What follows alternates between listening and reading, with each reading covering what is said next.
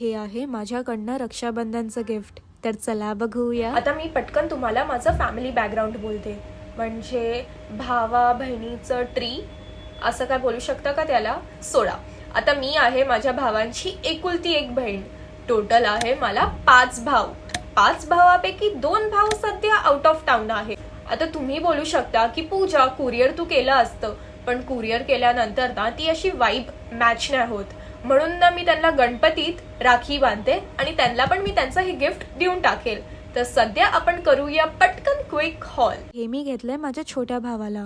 तो बोललेला की त्याला असं कस्टमाइज्ड प्रिंटेड अशी राखी पाहिजे, तर मी बोलली ओके. नंतर मी घेतलं आहे सॉक्स किट, ज्यात असं छोटं आणि मोठं लेंथ आहे सॉक्सचं, जे एकदम भारी आहे. मग लिओसाठी त्याचं आवडतं खाऊ.